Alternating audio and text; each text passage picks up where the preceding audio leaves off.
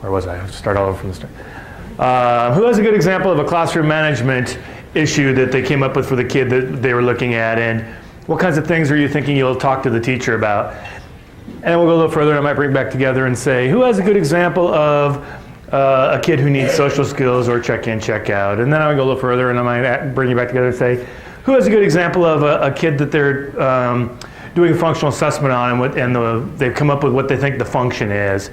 And I just want to kind of get people to just throw stuff. I'm not looking for really long reports, just you can kind of hear where other people are with these things. And what we'd like you to do is go back and implement some of the things you're doing and collect some data. And next time we meet, we'd like to have you report back, here are some of the things we did, and it doesn't matter if it didn't work, we're not going to boo at you. We just want you to say, here are some things we did, here's what we know, here's what we think we'll do next. So you can kind of show us how this was implemented and what you're doing with it. So moving on to this last piece, considering function, just remember that we're still going down our same roadmap. That function is probably something that most of us are thinking about in the back of our mind, way back here. But we aren't formalizing it at all. Here we're just saying, is classroom management in place? Are rules, routines, arrangements in place for that kid wherever the problems are occurring? Are there academic expectations that are commensurate with that kid's abilities? Is this something that could be solved by a group style thing like check-in, check-out, our homework club, our social skills group? And if not, then what's the simplest way we could consider FBA? And I want you to think about at that first level, just asking the teacher a set of questions in an informal conversation that would allow you to get at it. And I probably showed you this before, but I love this because the class was quietly doing its lesson when Russell, suffering from problems at home, prepared to employ an attention-getting device. When you talk to the teacher's telling you right now what the function is. The function is seeking attention. The function of Russell's behavior is to get attention. How you know? The teacher says he does this to get attention. So how can you have a conversation with teachers that allow them to express the things that will tell you, I'll bet this is going on. So if you said, oh, this kid really likes attention, huh? So he does things to get attention. So when he does this, people give him lots of attention. So then we want to make sure that when he's doing that, he's not getting attention, and that we're teaching them to teach him a better way to get attention, an appropriate way of getting attention. So I want to think through, at that first level of FBA, what would it mean when you take this back to your student support team, your TAT, your I-team, and say, nothing yet has been successful with that kid. We're not going to go all the way down here to wraparound. We're going to say, what's the simplest thing we could do now to consider function? Maybe the reason your classroom management stuff's not working is because it's not functional for that kid. So if we've got a kid for whom that stuff's not working, let's think about function. What's the simplest way?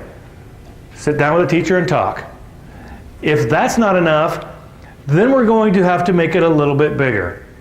The next step after you having a conversation with the teacher and really thinking about function would be to gather a team of people who all know the student.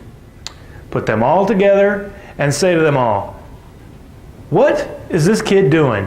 When does he or she do it? Where does he or she do it? Why do you think he or she does it? There's your functional assessment done as a long discussion using those same 5 pieces that we used for school-wide, for classroom, and now for individual. Can we predict the problem? Because if you can predict a problem, you can prevent a problem. So we want to know why it occurs, and we want to use it to develop an intervention plan. If you're not going to do an intervention plan based on a functional assessment, don't bother doing a functional assessment, because there's nothing else to do with it. The only purpose of a functional assessment is to create an intervention plan. So don't say we're going to do a functional assessment and just do the assessment part. If you're not continuing it right on from here's what function is to then what should we do, There's a huge disconnect. Functional assessment is a part of intervention planning. It should not be seen as a separate step. How do you do an intervention plan for a kid that's having lots of problems? First, we need to know what's going on, and we use that to build it. It's all part of the same process. And I think where people get hooked sometimes is that they spend a lot of times doing a functional assessment. They finally come up with a function, and then they run away and celebrate. All the function does is tell you how to do an intervention. Knowing what the function is of no benefit if you're not using it to develop an intervention. So what we've been trying to do, and I think I've showed you these things, is if we're going to use functional assessment as a team-based thing in a school, everybody in the school needs to know how to do functional assessment. But, as I've just said that, I strongly believe that not everybody in the school can or will ever learn how to do functional assessment. So we've got to trap them. We've got to set a trap for people to be able to do functional assessment. Not on their own, in a team. So we're going to give people these clues. If you're invited to come to one of our special meetings on kid behavior, we're not inviting you because you're a behavior expert. We're inviting you because you know the student, and we want to know what you know. So if you're invited, you should be thinking about these 5 questions. What have you seen with this kid? Have you seen problems? What did they look like? And then we prompt people. We want things that are observable and measurable. He hits people. That's good. She yells and screams and cries. That's good. He runs away. That's good. Lazy, jerk, bitch, these are not behaviors. And if you say someone is one of those things, that doesn't help us. We want to know exactly what does it look like that they do. Second, if you had to say they're doing it for a reason, no, let's assume that it's for a reason. If you have to say it's for a reason, what could the reason possibly be? What would they be getting out of this that would make them want to keep doing it? Think back on what you've seen. Are they getting something they like? Or are they escaping something they don't like? Why would they want to do this? So for a minute, assume that there is a reason. And again, reasons like because they don't take their meds. That's not what we're looking for. We're looking for why would they want to keep doing it? Because their family's crazy. That's not what we're looking for. Why would they want to keep doing it? What's in it for them? That's what we want. Third, what would you like them to do? What's the rule in the room or in that situation? What do you want them to do under those circumstances? Fourth, if I told you I'll give you $10,000 if that kid does that thing tomorrow, what would you do? I'll bet you'd find a way to make him do it. Okay, I don't have $10,000 and you don't have enough time to do all the things you were just thinking of. What do you have time to do? What's the simplest thing you could do to set a trap? So we'll talk to people about what are those things that are out there that we could use for traps. And lastly, we want you to tell us what would be a simple way you could collect data on this. So if we said at the end of the month, I'm going to have you guys come back and tell me is he's doing it more or less. Don't just come in and say, seemed like more. I think less. Come in and say, this many. If we were going to do that, what would be the simplest way for us to be able to collect that data? You tell us what you think would be simple. The essence of our FBA is this. We want you to fill in something in every one of these boxes. We want you to tell us, under what conditions would you see this? Is it something that just happens in the classroom, in the afternoon, after they miss the bus, whenever they're around girls? What exactly is it that happens right before they have a problem? Whenever they miss the bus and then someone says anything to them at all, so this would be someone says something. So under what conditions? This could be anytime, all day, every day when someone does this. What we're looking for though is could we make it narrower? What's the kid do? What do we do? What do the other kids do? What's happening that makes them want to keep doing it? So then write down here, what's our function? Function is get attention. Function is get away from something. Function is don't have to do math. Function is... Now, what would you like them to do instead? I want them to shut up. Will shutting up get your attention? No, then this one's no good. The only way this one's good is if it gets the same thing. If it doesn't, they won't do it. So think back to those real simple ones. Kid making noises, get teacher attention. So we say, shut up. Will shut up get teacher attention? Then they won't do it. They will not do what doesn't work. So whatever it is what puts in this box down here has to be something kid likes and we like. One of the things you might do is draw a box with 2 columns in it. In one column, brainstorm all the things that you would be willing to accept from that kid to get your attention. In the other one, write down a list of all the things the kid would like to do to get your attention. Find one that's on both lists. Kid will have throw things at you, make screaming noises, tip over my desk, raise my hand. He's going to have a bunch. And you're going to have just be quiet and wait for me. Raise your hand. I'll come by every 10 minutes. Which one's on both lists? Hand raising, there's your thing. It has to be one that works for the kid and works for the teacher. If you put one in here that you love but doesn't work for the kid, they won't do it. Why? They already have one that works. This. So why would they take one that doesn't work instead?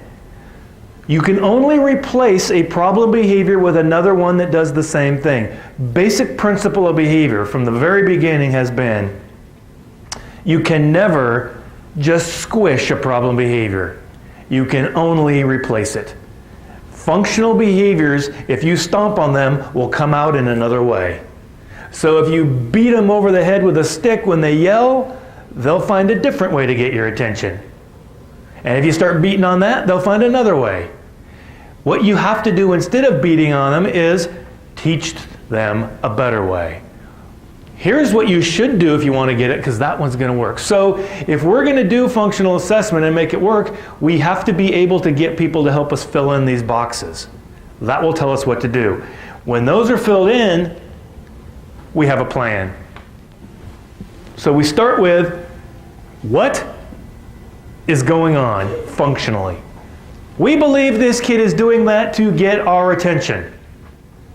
Okay? Then, what would be an appropriate way for them to get your attention? One that you think's appropriate and one that would actually work. Teach it. Second, trap it. What kind of traps could I set in the classrooms to make it so that when that kid walks in tomorrow, he trips and falls and has his hand over his head when he lands on the floor so that I can say, yes, what do you like? What's my trap? How do we facilitate it? Remember what we have, routines, arrangements, reminders, prompts and cues. All of those little setups, where is he sitting? Where am I standing? How often am I looking? All of those things you have to consider. Third, what will you do when he or she does what you want? What should the answer to that always be?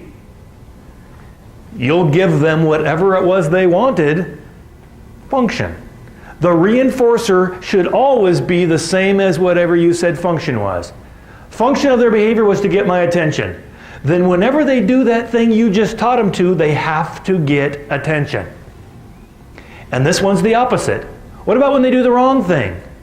Whatever else you might do, you cannot give them attention.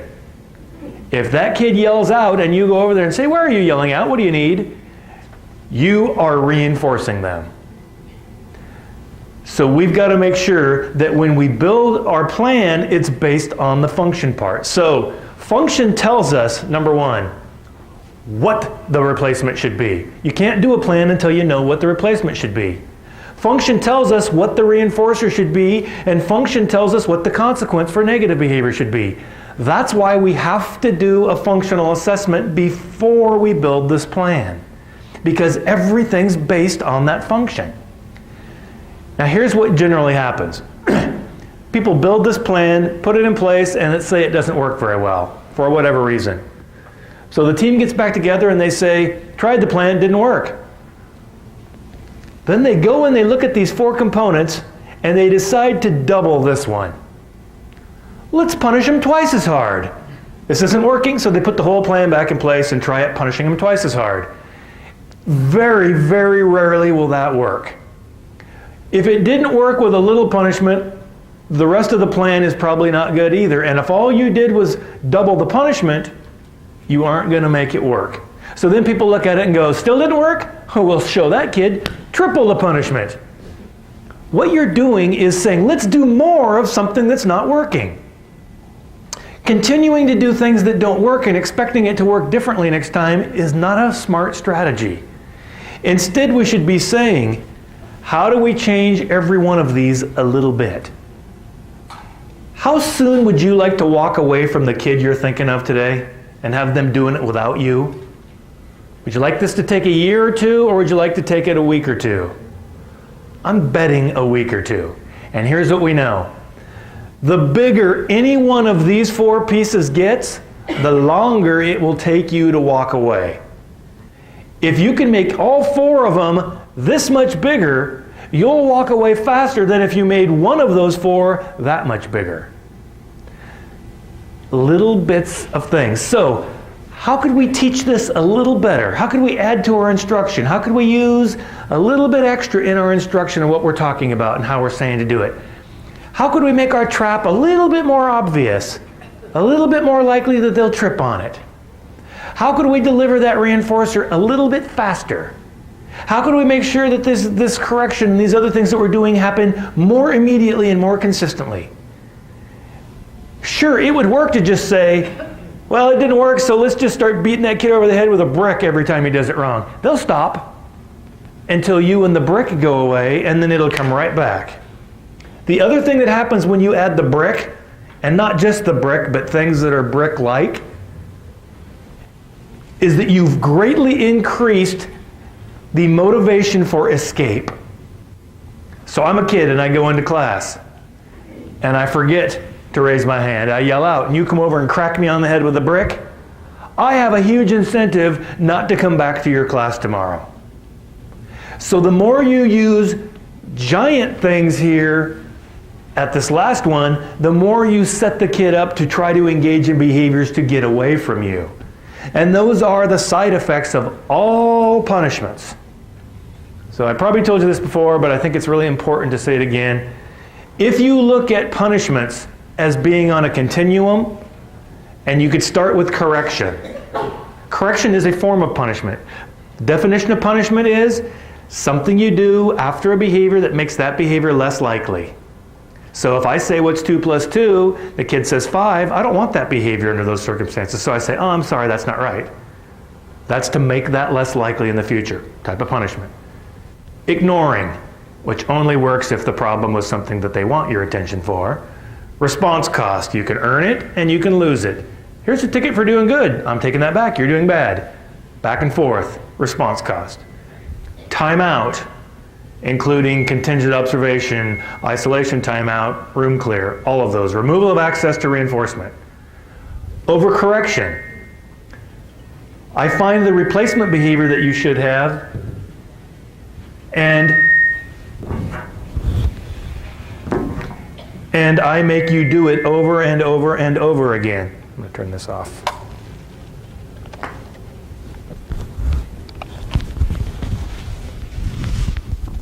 Excuse me.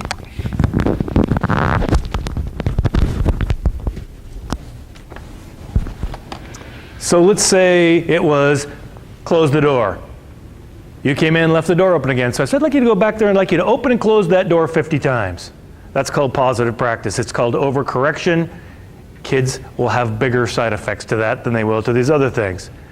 Next one down the line from overcorrection, or from positive practice overcorrection, is restitutional overcorrection, which is if you can figure out what kind of an error they made to the environment, you make them fix that environment and fix the whole environment. Simplest way to think about it would be, kid makes a mess, make them clean up their mess and the rest of the room. That's called restitutional overcorrection. After that is loss of privilege, and everything beyond there is we're giving some sort of physical or emotional pain to you. Calling you an idiot, hitting you, making you go sit in the dungeon. Those are all down here. Sit in the dungeon is different than timeout. Timeout is, for a very brief period of time, we're going to make sure you can't have access to reinforcement. Contingent on good behavior, you can come right back. You need to go sit in the dungeon for an hour is not timeout. That's one of our ending punishments. Why do we care which order they go in? Because the further down that way you go, the bigger the side effects will be. Escape, avoidance, and withdrawal are our big side effects of punishment. The bigger the punishment, the more they try to escape, avoid, withdraw. What happens if a kid wants really badly to escape, avoid, withdraw from the punishment and you don't let them? Our fourth side effect, aggression, or what's called in the psych literature, counter control. The further you go down this list, the bigger these get. So if your plan includes lots of punishments at this end of the spectrum, you can bet you're going to get lots of these things. And because those things make it harder to make you walk away from a plan, I would say don't go down here if you don't have to. Stay as far this way as you can. Build this thing full of the simplest thing you could possibly do to not allow that kid to get the reinforcer for the problem behavior. And like I've told you before, but I'll say again, don't think that's only something that happens with kids or only something that happens way down here. Let's look at just ignoring. When you put your money in a Coke machine, what's the reinforcer? I'm thirsty, I put my money in, it gives me something I like. What if that machine decided to ignore you? You're thirsty, you put your money in, and it just ignores you, no Coke. Do you keep putting your money in that machine over and over, or do you go find a different machine? You probably escape, avoid, withdraw. And even though that machine is only ignoring you and not forcing you to do anything, it'll let you go, many of us will be aggressive toward that machine. So here are adults in ignoring with all the side effects. Make that be a kid down there somewhere and see what the side effects are. So we have to realize making this big does not necessarily make it work better. It might get you an immediate, really quick effect, but it will not maintain and it will not, over time, generalize to anything else. You will not walk away from a plan very quickly when it has big punishments. Again, hitting on the head with a brick will make something stop right now. But when you, in the long run, want to see that kid doing it when you're not hitting him on the head with a brick, it won't. So, if you want to walk away as fast as you can from whatever plan you're making, these have to be the smallest thing you could possibly think of to make it work. So here's what I'd like you to do. I'd like you to spend some time talking about your own kid that you're here thinking about. And if you're here with other people, you can share back and forth with them about what you're thinking of and talk about how you know what to do. I want you to think along this continuum. The kid that you're thinking of, is everything okay classroom-wise? It may or may not be, but I want you to think through. Are all the things that we know need to be in place, effective instruction at the kid's level? Teacher has clear rules, has taught them to the kids, talks about them, engages kids positively, sets them up to succeed with routines and arrangements. Are those things there? Because if they're not, then these things have a much less likelihood of working.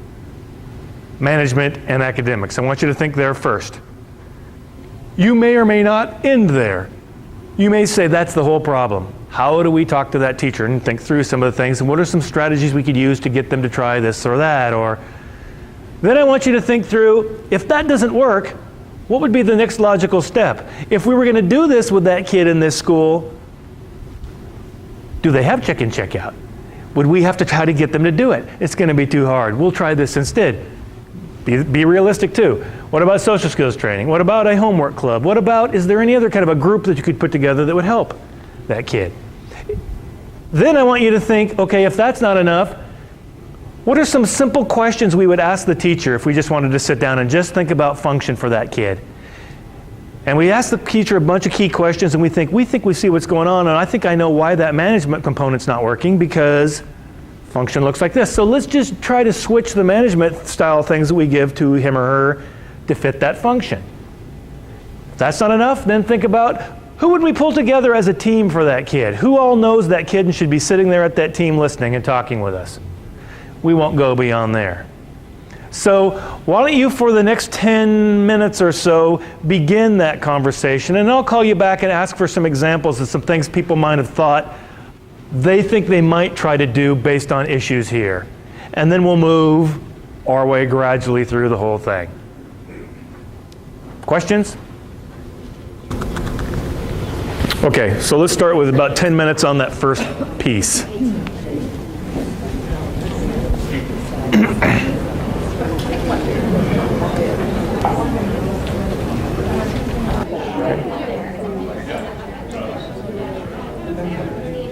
Anybody have anything they can share or want to give as an example for some considerations they've had in this general box for any of the kids they're thinking about? Okay, we have kind of a situation where we don't know how we can arrange the classroom to make it work.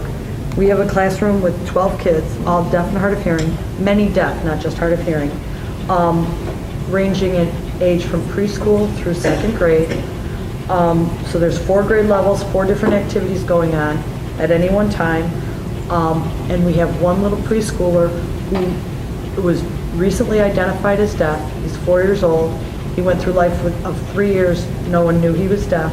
He has no language. He doesn't understand. He doesn't understand why he can't go and do the activity over there. He has to stay with the preschoolers. We do a picture schedule. We do a lot of late, that kind of stuff. We have waiting activities that he can do.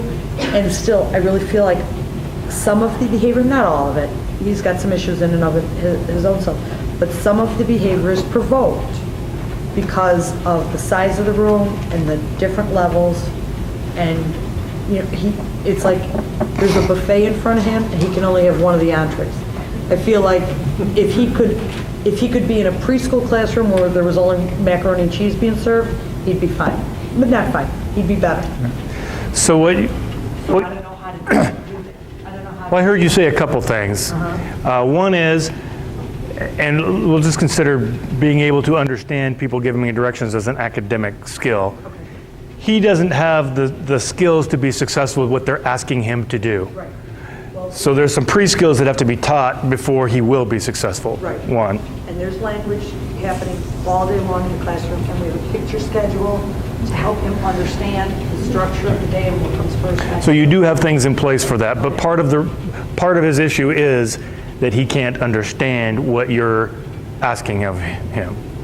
Second thing seems to be that you're suggesting the environment itself, the routines and arrangements in there, do not set a trap for success for him, but rather set a trap for failure. When you identify that, and I'm not going to have this magic solution, sorry, I tell you that up front before I go all the way through this. When you identify that, you're going to have to then say, so what are we going to do about that? Do we try to create a separate set of things in that room for him? Do we arrange for a teacher to work more one-on-one with him to guide around those things? Do we put him in a different place? You've got all these options, and you'll have to decide what is most realistic for you. He does have a one-on-one aid, so that is being implemented to some extent. Not his own teacher, but he has his own person. Okay. So what are the behaviors? Oh, boy. Well, first and foremost, he doesn't understand. And so we're doing a lot of trying to get him to understand, or giving him the language that he needs. So hold on just a second. So when you say doesn't understand, that's not a problem behavior. That's true. So the problem behavior is he doesn't follow directions because he doesn't understand? Is that what you mean by that? Right. Although I hate to say that that's a problem behavior because he's not even there yet. A lot of sensory issues, he grinds his teeth constantly, or if he's not grinding his teeth, his thumb is in his mouth and he closes his eyes. So now he misses all of the visual input. A lot of movement, doesn't sit still or attend for more than a couple minutes. His play is very rough. When it is free playtime, he'll like take the little shopping cart and plow through all the kids. There's kids jumping out of his way. He doesn't know how to play yet. He's functioning at about the 18, 24-month level. He spits, he swears, he screams. He'll yell at somebody like this. So he does have language. Well, he flips some bird. He doesn't use the word, but he uses the gesture. So he can learn then. Yes, he can. He has learned, yes. One of the things we see about 10 o'clock, behavior really takes a nosedive. We feel like he's getting tired. We've thought about half-day placement. Grandma is saying he's not used to the schedule yet, he'll be fine. So that's, if he does take a nap, all the preschoolers lay down after lunch.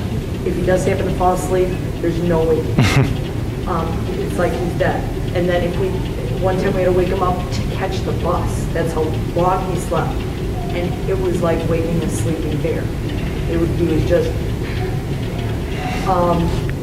let's see what else. I'm kind of sorry I asked about this now that I don't know what I meant by that. Okay. There's just a lot of sensory issues. We've got an OT and PT involved. We're working on the sensory issues from that respect. Family doesn't sign to him. That would be a recommendation I have. I can't force that to happen. But I don't know if this would be something that would go in here. Mom's 20. He's the oldest of 3. There's a lot of stuff that we can't control. Okay. Next.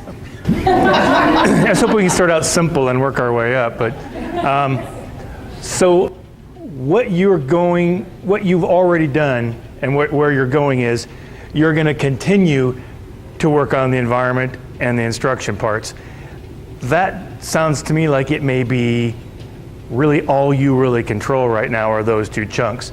But if you were trying to look ahead, I don't even know what else you could consider that would be of small group thing, because we still have skills here that would inhibit any of the small group stuff, unless you've got a couple other kids. Well, in terms of social skill training, it wouldn't be like the video. Right. I do joint playgroup 4 out of 5 days a week. Now, is that with a smaller group of kids that are? Only the preschoolers. Okay. So, teaching, kind of showing him how to play. That this thing does this. You don't have to do this and perhaps smack somebody in the head with it. But look at rolls, look at this. So that we have seen some positive changes there. Good. So he is capable, and that's good. See, I very rarely would ask somebody about a case where I would say, everything you're doing is really intense and it's all going to be in this box. But the reality is what you've described is it's all instruction, routines, and arrangements. I mean, it's all there because this kid's got deficits that are so great compared to where we're asking him to be successful. But I think it makes sense to think that you've found a couple of places where you can bring him in with a smaller group of kids with similar needs and kind of build on some of those skills away from that structure, which makes sense to me. You tell me, I really don't know. What would be a reasonable timeline to say things would be getting better? It's only been 3 weeks. Yeah. Oh, right, we're early in the year. Okay, so. We just got. So is this a kid that you would say by Christmas break things should look reasonably better, or is this someone that you're going to say is longer term? I don't mean fixed, but I mean making progress? We're already talking about, he's 4 right now, so he would conceivably be going to kindergarten next year. I'm already thinking, let's keep him in preschool already. Right. Before we drop him into the next league, That he needs way more of what we can offer here before we move Let's on. build 4 to 1 here before we throw him somewhere else where he's going to get even less. Well, he'll still be in the same classroom, Right. kindergarten, but I'm thinking down the line. Right. Okay. So that is one thing. And if I ruled the world, I'd love to see a separate preschool program with just the little guys, doing all preschool stuff all day long, instead of having them being able to see what the other kids are doing, or, oh, I prefer that game, thank you, but, kind of a thing. So, It was difficult having them all in one room, but doing different things. If they're all doing the same thing, it would be one thing. right, but they can't. Okay. The second graders need something different. Now, if we were to have said, wow, here's a kid with a lot of problems, we'd better do FBA. I don't think FBA gives you anything more than what you already know just by interacting with this kid. In which case, I think it doesn't make any sense to think this way. You've already said functional things. He wants to do these other things. He sees fun, he's seeking these activities. But it's part of these issues that's making that happen. FBA would serve no reasonable purpose to do that. My guess that the family doesn't experience success with no, that they don't know how to communicate with him. So he's does whatever, he wants something from, Mom said at the first meeting, he wants to get something from the cabinet, he climbs up on top of the refrigerator to get what he wants. And nobody stops him. So he's not used to having rules. no one's told him, right. Okay. Thanks for that. That was really helpful. Can I ask a question? Sure. Does he watch, if there's something on a TV or monitor movie, will he focus on that? I was told the other day, when I was telling Grandma how, he was punching at us and kicking at us, she goes, oh, do you think that watching Bruce Lee with great-grandmother might be one of the problems? I'm like, can we dial it back to Barney? What I was thinking of was doing some videotape with peers. Appropriate modeling I think you would watch of that. certain, like a simple game, something just to preview before, because if he's sitting there, he might jump in and tear it up. That's a great idea. Something like that, and maybe even bring family in on that and have them role play, model how they want situations at home handled. If you want something from up there, just videotape a few modeled examples. That's a great idea. I think that would work. Right. Yeah. Other examples? We have him over 14 years later at high school, and it's But it can't be exactly the same thing. Well, it's parents who don't communicate still as a 16-year-old. No rules at home. Now he's bigger than everybody at home. He's always Mom's gotten afraid his of own him. way. Mom's afraid of him and just don't care. and we can't think It's of the what kid. the function is. We don't think he's trying to avoid anything. He's smarter than the other kids that he's grouped with, even though he is lower functioning and doesn't have a whole lot of language, but he has enough language to know how to be the leader of his group and to go across the street and steal and get what he wants in that way. So it's just we don't know what the function is. It's not like he's trying to. So he has a lot of delinquent Oh, absolutely. type behaviors. Spends a lot of time with Activity. me. I think he wants to be cool. He just wants to be accepted by the group, and he wants to be cool. But he already is accepted by the group, and they already look up to him in school. They look up to him. Why? He seems to be the one with power, although I don't know what that means. I don't know what the power is, but like he gets detention and can't go out for lunch because we have an open campus for lunch. And the other kids who love to go out for lunch now stay back and eat lunch with him at the table because they don't want to go without him. He's kind of a leader and he doesn't know it. He knows. How, but you don't think that the delinquent behaviors are part of the thing that gets him attention, that makes people want to hang with him at all? Yes, I think it's peer seeking the attention getting. So the more delinquent he is, the more revered he is by this group. Back onto campus, that's a lot of power he holds, and he knows it. Anything that involves function is access to peer attention, and they've already got it, is difficult because there's nothing more difficult to control than peer attention. Trying to control peer attention actually feeds right back into his thing. So that's always a challenge. Generally, when you have things that are really peer attention, group contingencies work. But if these kids will actually give up their own lunch to sit with him, then I worry that a group contingency isn't going to be enough either. They earn Contingency has worked a little bit. very little. We have That a one. punch card system where they earn punches instead of points on their card, and then they get so many, and then hopefully they get like 25 a week, so that by the end of the month they've had 100, and then once they have 100, they get to go out to lunch with the social worker. All right. And they like it. And everybody got to go the first time, including this kid. And we all had a very good time, although after we ate, we went into Best Buy, and I was a nervous wreck thinking his sticky fingers were going to come out. But they didn't. And so we went about and we did our thing, and we had a good time thinking, okay, he tasted, he had success. Hopefully he'll learn enough to go next time. And we've gone 2 more times last semester, and he didn't get to go either. But the other kids still do? Oh, yeah. They went. Free lunch. I mean, it's better than just like going. But that's something he wants and cares about, but not enough? It's too far away, it's too much? And sometimes it's almost like that unmotivated, you can't quite find what motivates him. He's not going to go home and get rewarded from his mom.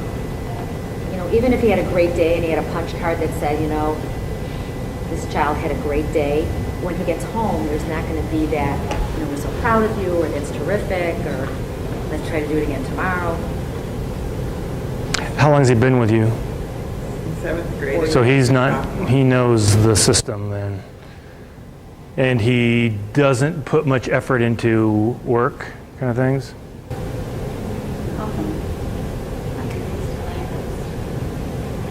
Take the whole idea of, he gets more attention when he does cool things, or I'm assuming what the teacher doesn't like, right? So that gives you more attention from the peers. So if you would praise him on being bright enough to be a leader, see the differences, and he has this desire to look at things at that age, in this negative sort of way, how to do that appropriately, how to appropriately complain about things you don't like, and being smart enough to see when you can do that, and the ways you can you change it into a lesson that way? These are our big challenge right now. When he came back and then take staffing after stealing, his mom was there bawling and saying, I'm just so embarrassed. And the kid looks in front of the dean and his teacher says, okay, you're embarrassed, I'm not embarrassed. Is that kind of, I don't care, but what's under that? We can't get to what's under that. We have had parent classes in Spanish arranged for free that the parents could go to. They didn't go. Stepdad basically was like, am I allowed to hit him? No, not so much. That's basically what Dad was hoping to get permission for hitting him. So anything that we're doing is going to have to happen at the school. Yes. We have to kind of agree on But we that. also have to get him to school. Last week, he didn't come to school. Actually, the week before, he didn't come to school. And he said that his mom was getting a new refrigerator, and that Mom needed him to be at home when the refrigerator was coming, which would make sense if Mom doesn't speak English and he could speak English and help maybe interpret between Mom and delivery man, but he can't do that. He's deaf, doesn't talk, and doesn't have a great grasp of English. And so the dean, who speaks Spanish, called home, and Mom said, no, he told me he missed the bus, or the bus never showed up. And so the dean said, all right, and then said, all right, so you have Saturday detention. This happened on Thursday. We had the conversation on Friday. They're supposed to come in for detention on Saturday. Came to school on Monday, did not go to detention on Saturday. And he said, I came, the door was locked. Well, if you don't get there, it's from 8 to 11:30 or something. And if you're not there at 8 o'clock, the doors are locked. So we don't know if he showed up or if he just already knew that from before. We don't have any way of knowing. So let's go back to, if we say that at the heart of a lot of these negative behaviors is attention seeking, then it seems like whatever plan we should set up should be set up for him to be a leader and the center of attention in some way for doing something positive, and for somebody else to be the one that's up there getting all the attention while he has to sit back and watch when he hasn't done that. So that as long as he's doing these things we ask, he maintains this role. But we aren't going to punish him, we aren't going to beat him. If he's not doing it, we'll just find someone else. So we're not going to go and yank something away from him. We're just going to say, here it is for you, as long as you're doing these things, it's there. When he decides he's not going to do that, then he's decided to let someone else. And I'm just guessing here, but if this is motivated by wanting to have people think I'm a leader, I'm the one here, then let's give him that, but let's give it to him only with the contingency that he's doing some certain things that we want. And I would start with something very simple. Well, that's what I'm sitting here thinking. Okay, that was all. Well, I don't know what you just said. I mean, it all Okay. sounded great, but be specific. Okay, let's say you can, what would be something that he would really think this would be me being reinforced? What would that be for him? What's reinforcing for him right now? Computer games is the only thing he ever says is what's motivating for him. And we've asked him, at school, what he's getting through with something better. Right. What about the next group up? Can't communication. And I mean, reading level and language level, the next group up is way above him. Does he have any skills, not even academic, is he good with his hands, mechanicals, anything else that he could stand out for? Game pictures. He's really good artist. Very detailed game pictures. Oh, game Yes. pictures. Yes, with the crowns and He draws. everything. So he draws. Yeah. So maybe do something unclear if he has gang involvement or not, but he thinks it's cool. Right. He's definitely a risk. But I mean, he's got opportunity to stay after school for any of those kinds of things. He doesn't choose to do that. What I'm thinking though is, can we set it up so that if he does some small task that we want him to do that he normally doesn't do, that he has the ability to be recognized in front of the group as a leader in some way? Let's take it back to video games. That maybe we set up some sort of a video thing for free time, and we say, if you get these whatever tasks done, things that you want him to do, you get to choose the games that we're going to play there today. That's a leadership role. We want you to be the leader of choosing what games we play. So we're something he's interested in, something where he can be recognized as the leader, and the other kids have to follow kind of what he does. To maintain that, he needs to do that thing or a couple of things that you guys want him to do. If he should choose, no, I'm not going to do that, fine. We let another person come up and in front of the whole group decide what we're going to do with these things when we have our free time. So if he wants to maintain that leadership role, there's something he needs to do. And again, I would start with something very small. If you can just do this, which is a replacement for something you're not liking now, this is where we can put you. So how can you build in the things you know he's reinforced for are contingent upon, meaning he only gets them when he does the thing that you really want to focus on right now? He's hard because in class, he's generally okay. It's the places where we're having issues are unsupervised downtime, hallway, locker room, across the hall during open campus time, which is always the hardest to get So are they things that you observe him doing or that you know afterward that he's done? So maybe he needs to have an escort, which is your trap. I mean, it's So an basically, obvious you know, trap. so on campus, he's having to earn his right to be able to go off campus. But when he's on campus, he doesn't do anything. Then he gets it back. If you were to escort him between classes and other places, what would he think about that? Right, so maybe we institute that as one of the consequences for when he has a negative behavior. We're going to let you have responsibility. We believe you can do it. If, however, you prove differently, then we're going to institute this. And if you want to get rid of that person, you'll need to do these things. When those things are done, that person goes away. But if something bad happens, that person will come back and do this again. When I suggested that last year, the teachers asked me who I was punishing. So in other words, they said, we don't have time to do that. You don't have time to I do said, the who do you effort. think's going to do that? Who do you think has time to do that? And who's going to be able to monitor that and make sure it's Okay. happening every period? Okay, so that one's logical, but not realistic. Okay.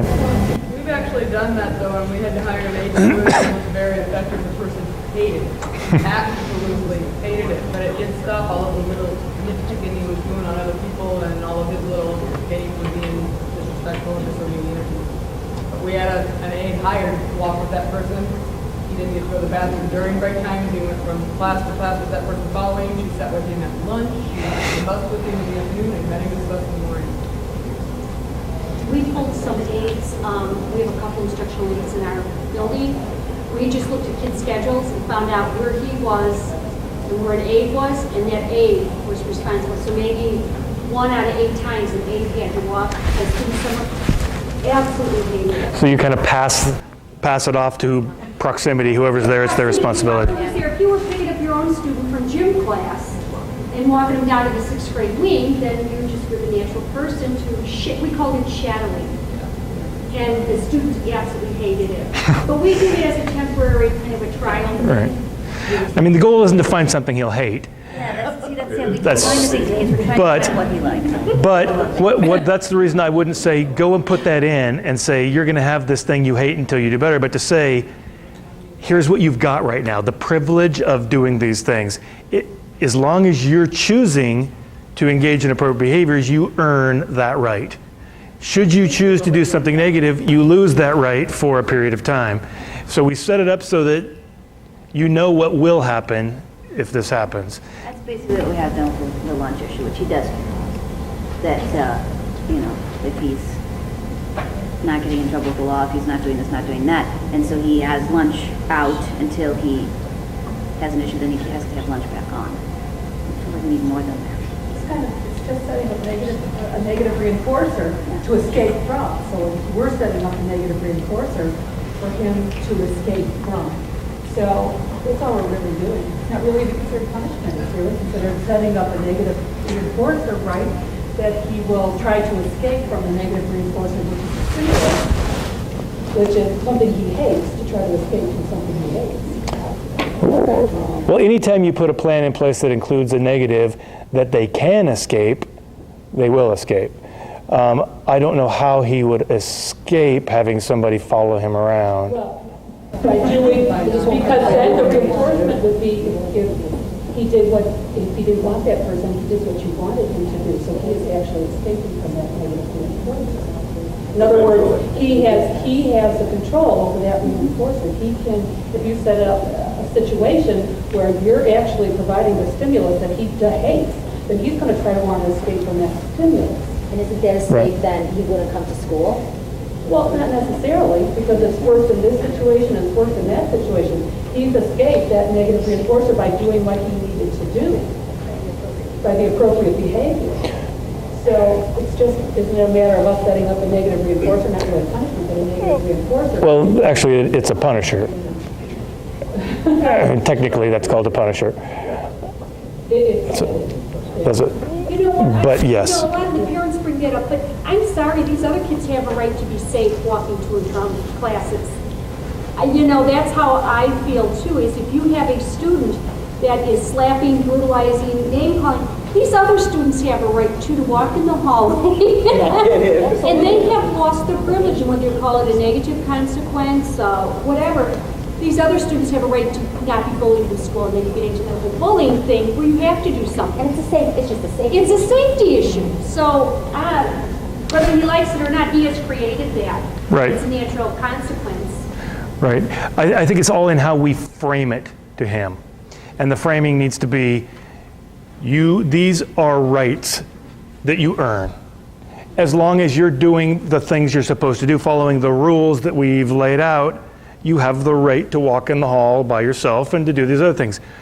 If you choose to do something that's against the rules, then we have to institute something different. It's up to you. You do have control over whether this happens. And I would make that very clear to him that we aren't going to make this person walk with you. If you do these behaviors, you're making them walk with you. I mean, it's up to you, not us. And we just need to set it up so that we aren't putting it on there right from the start and making him wallow in it and try to get away from it. We're giving him a choice. Have this person or don't. Right now is your choice. You make it. And it'll work or it won't. You know, that's... Choose the path you want to take. So if you want to take the path of freedom, right, then follow these rules. If you don't, then... But how do we get to that 4-to-1? You know, this is all about punishment here again. You know, it's like we want to get back to being able to give him the 4 positive. We want to because every time he goes down that hall and stops and thinks, I'm not going to do that because I don't want that person following me tomorrow, is an opportunity for us to say, there's one. And we can, if you want to add something in there to make that more salient for him, you can put him on some sort of a card where you give him points for every time he makes it somewhere without having a problem, and those can add up, and you can make that be your 4-to-1. But simply having made it through and continuing not to have that person follow him, those become the successes that he relies on. So every time he stops and thinks about it because he's afraid of that person coming is, in essence, our trap for making him do it right, so that we can say, good job, you get to keep walking by yourself because you're really responsible and you're doing things the right way. You know, there's our verbal for it. There's difficulties with a lot of that, though, because the district's going to hire them before the semester, and so whether he gets better or not, they've paid this person to be there. So it'd be nice just to say, oh, he's on the program, you're done, thank you, we're done with your services for the semester. It's not always that clear cut. And I would like to see, before we get to the point of needing the shadow, to find a positive that he would work for, to get to know him better, and to find something that is more reinforcing. That to get to the, you have to get to the point of where you've already got the aid with him, because we've given him so many bluffs along the way that he didn't know if this was a bluff or not.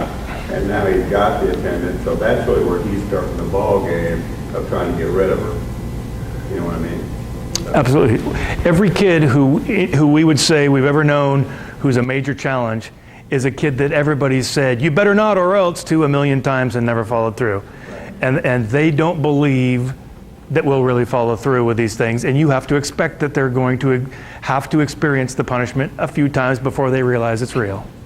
So I absolutely agree with you. What we want to be thinking out is, how do we set this kid up to be successful from day one and have some success things, and use this as our backup in case those things don't work? Because we would like this to be happen without the negative things if we could.